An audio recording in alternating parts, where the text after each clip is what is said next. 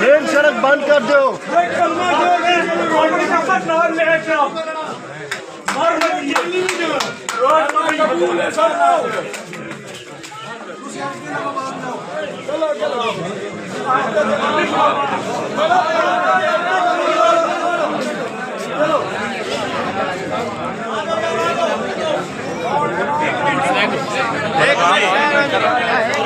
आवाम निकल आई है जी। इतनी वड्डी धांधली किस सूरत भी काबिल कबूल नहीं।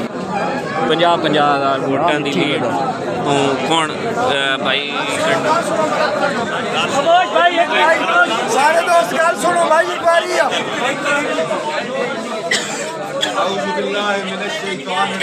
सारे खामोश हो जाओ भाई। रहमानिर्रहीम। मेरे दोस्तों, मेरे भाइयों, ये जो आपने हालात देखे हैं कल से, रात को क्या हालात थे और दिन चढ़ते क्या हालात हो गए। हमें आरओ ऑफिस के अंदर जाने नहीं दिया गया। मैं, मलिक हसन साहब, मलिक उमर असलम साहब जब भी जाते थे आगे वो एक जाली सी लटका देते थे।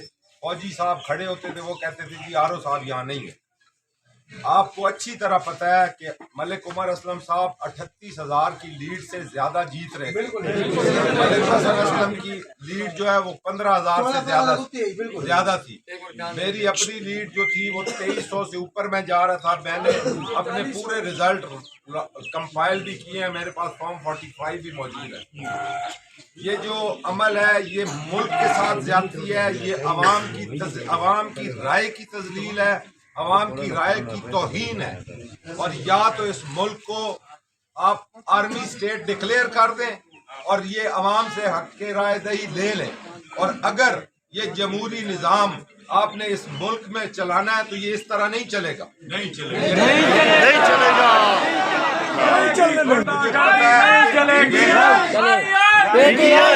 ये अवाम के जज्बात को भड़काने के मुतरादिफ है। अवाम के पास क्या होता है?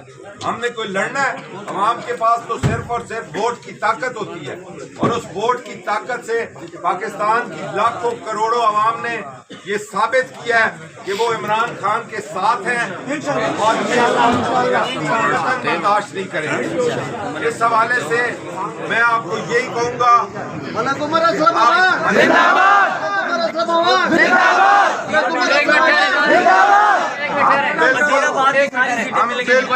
हम बिल्कुल ये बर्दाश्त नहीं करेंगे, किसी सूरत बर्दाश्त नहीं करेंगे। अभी हम तीनों मशावरत से जो भी आप हम आपको लाइन देंगे वो आप फॉलो करें। ये हम बर्दाश्त नहीं कर सकेंगे कि 38,000 की लीड से जीतने वाले को रिजल्ट उसका उल्टा कर दिया गया। कौन सा कानून और आइन कहता है 14,000 को 15,000 से जीतने वाले का रिजल्ट उल्टा कर दिया जाए? मैं 2300 से जीत रहा था, फिर मुझे 2200 से हरा दिया गया। इसलिए अभी मलिक उमर साहब, मलिक हसन साहब भी आपसे खिताब करेंगे और आप ग्रुप्स में भेजें। बिल्कुल हमें इकट्ठा होके मलिक साहब निकलो बाहर, नहीं बर्दाश्त नहीं हो सकता, बाहर निकलो मलिक साहब। नहीं, मैं किरदार इतना मजबूत है, मैं कुरान उठाए बगैर इमरान के साथ।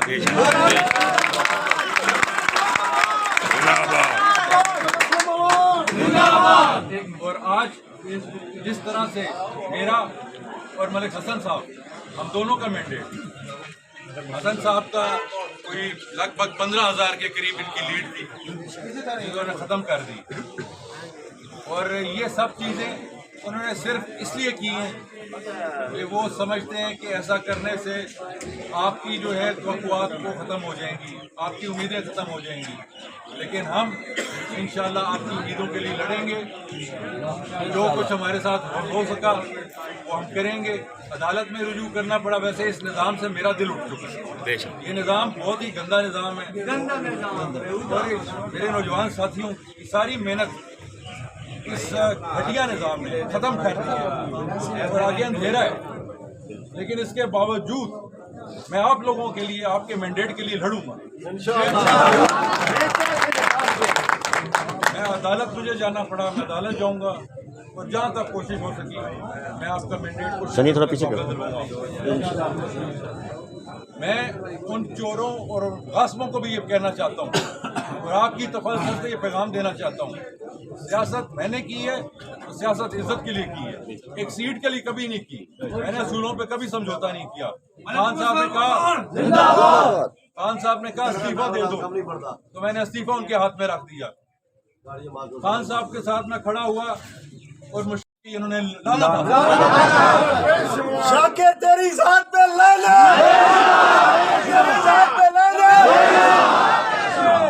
मलिक साहब, मेरा एक सवाल है, आपके पास हर पोलिंग स्टेशन का फॉर्म 45 है कि नहीं? इस वक्त आपके पास है सारे फॉर्म 45 अगर है तो फिर हम उधर क्यों नहीं जाते?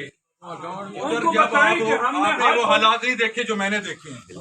हम आज वहाँ पे ही रहे हैं, सारी रात में वहाँ जागता रहा हूँ और यहाँ तक कहा है कि गोली चलानी है, मेरा सीना हाजिर है। अब हम का मैंडेट ना खराब करो।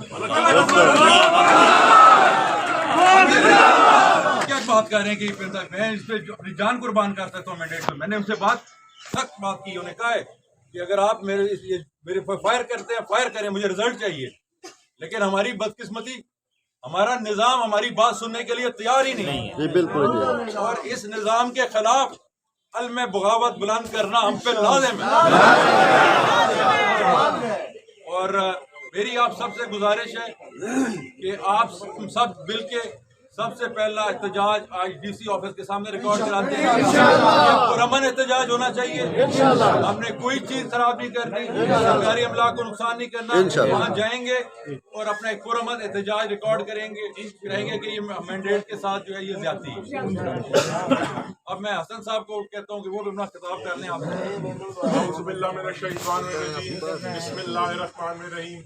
अपना बताता हूँ कि जिस दिन से आपने मुझे 17 जुलाई 2022 को MPA मुंतखब किया, मैंने रात दिन एक किया, कोशिश यही की कि आपकी ज्यादा से ज्यादा खिदमत कर सकूं।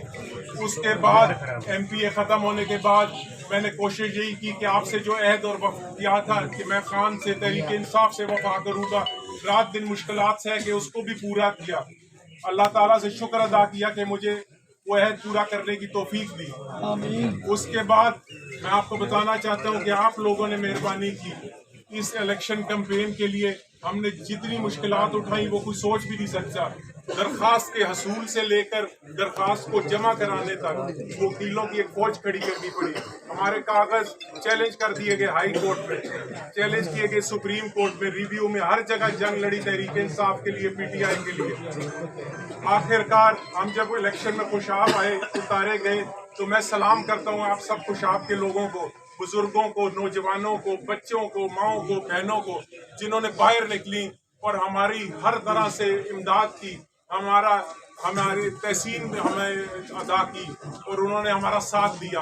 और उसके नतीजे में मलिक उमर असलम साहब 45,000 के करीब वोटों से जीते, मैं 15,000 से ज़ायद वोटों से जीता। मसूद कंडान साहब ने अपने मद्दे मुकाबिल को शिकस्त दी, लेकिन इन्होंने हमारा मैंडेट चौड़ा दिया। लेकिन मैं आप सबको ये बताना चाहता हूँ कि इंसान तब तक नहीं हारता जब तक वो हार मान नहीं लेता, और हमने हार नहीं मानी।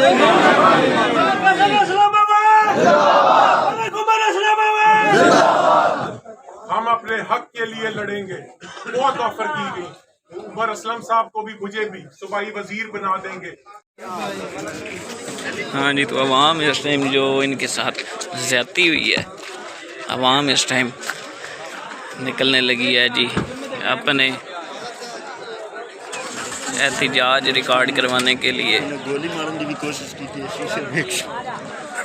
तो ये देखें काफ़ी अवाम इकट्ठी हो चुकी है, हर सिटी में इकट्ठी हो चुकी है। इतनी बड़ी धांधली, यानी कि जो 50-50 हज़ार की लीड से जीत रहे थे वो 50-50 हज़ार की लीड से हार गए। तो ये इतने बड़े मार्जिन से, मतलब कि धांधली, कोई खलाई मखलूक ही आके इस तरह से वोट डाल सकती है। ये देखें यहाँ पे भी जो हमारे PP 87, PP 83 के जो उम्मीदवार हैं, अन्य 87 के जो उम्मीदवार हैं, उन सब को वो 15-15 हज़ार, 50-50 हज़ार की लीड से जीते हुए थे, उनको रिज़ल्ट को उल्ट कर दिया है। और उनको हरा दिया गया है। और ये सिर्फ इधर नहीं हुआ, तकरीबन तमाम हलकों में पूरे पाकिस्तान में, जिस तरह यास्मीन राशिद को हराया गया है, ख्वाजा आसिफ को जिताया गया है, बाकी सबको PTI के तमाम कैंडिडेट्स को हराया गया। तो ये मतलब कि एक देखें कितनी बड़ी साजिश हुई है, यानी कि ये अवाम के मुंह पे उन्होंने थप्पड़ मारा कि भाई आप चाहे जितने मर्जी वोट दे दें, जो मर्जी कर लें, हम आपको जो हमारा दिल चाहेगा हमने वही करना। तो ये आप लोग देख ही सकते हो सारा, ठीक है। जिस तरह अब तक तो तकरीबन तमाम शहरों में अवाम निकल आई है और सरगोदा बंद हो गया है। मज़ीद इस तरह मतलब कि हर शहर में लोग निकल रहे हैं और हर तरफ जिधर भी PTI के कैंडिडेट्स थे सबको हरा दिया गया।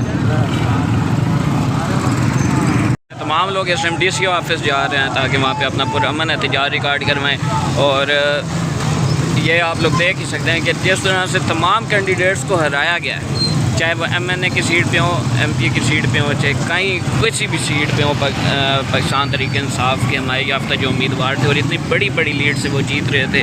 150 सीट्स थी PTI के पास, लेकिन इस टाइम वो तमाम सीट्स जो हैं खुला धांधली करके अवाम को बेवकूफ़ बना के उनके सामने उनका मैंडेट चोरी करके तमाम सीट्स जो हैं चोरों को, लुटेरों को दे दी हैं। तो इससे बड़ी धांधली क्या हो सकती है और क्या ये निज़ाम बदलेगा? जब इस हद तक ये लोग धांधली कर सकते हैं तो क्या ये निज़ाम बदलेगा? मेरा ये आपसे सवाल है, क्या आप लोग ये निज़ाम बदल सकते हो? लोग काफ़ी गुस्से में आए इस टाइम। ये देखें आगे उमर असलम अवान साहब NA 87 से, MNA के उम्मीदवार PP 83 से और PP 87 से जो उम्मीदवार हैं वो फ्रंट से लीड कर रहे हैं। इस टाइम PTI के तमाम कारकुन, तमाम लोग जो हैं वो इस टाइम सड़कों पे निकल चुके हैं। और क्योंकि इस हद तक जो धांधली हुई है, इतनी बड़ी बड़ी लीड्स के साथ जो हराया गया, जीते हुए कैंडिडेट्स को हराया गया, तो ये आप लोग देख सकते हैं। और ये हर तरफ अवाम निकली हुई है। और सामने से अगर मैं आपको दिखाऊं तो यहाँ पे पुलिस भी पहुँच चुकी है, अगर आपको नज़र आ रहा हो तो। कोई भी नहीं पुलिस। ये इधर भी देखें, तमाम जो इधर पुलिस के इदारे हैं, जो इधर DPO ऑफिस है, DC ऑफिस है, वहाँ पे सिक्योरिटी जो है वो हाई अलर्ट कर दी गई है। और ये देखें कितनी बेशर्मी के साथ खड़े होकर सिगरेट्स पी रहे हैं।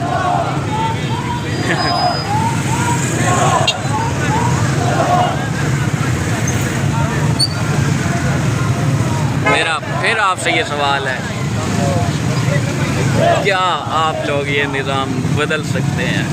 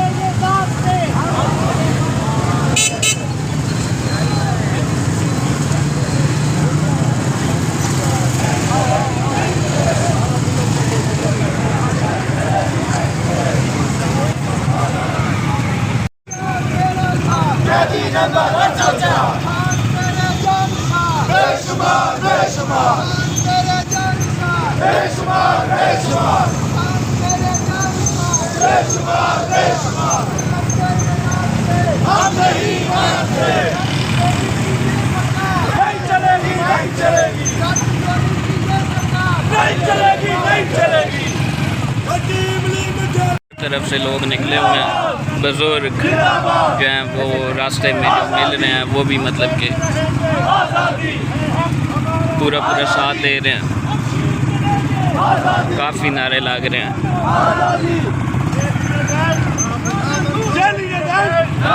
काफ़ी जो है वो रश इधर लग गया है, हर तरफ से अवाम आ रही है, मिल रही है साथ। और जो काफिला है वो एक लश्कर की सूरत तैयार कर रहा है। तो आवाम तो अब यही कुछ कर सकती है, लेकिन जितना मुझे लगता है कि ये सिर्फ इनकी एक साजिश है कि एक दोबारा एक 9 मई हो और इमरान खान पे दोबारा कोई ना कोई केस बने। तो देख सकते हैं अभी तक ये सारा जो चल रहा है जुलूस, ये बिल्कुल पुरअमन है।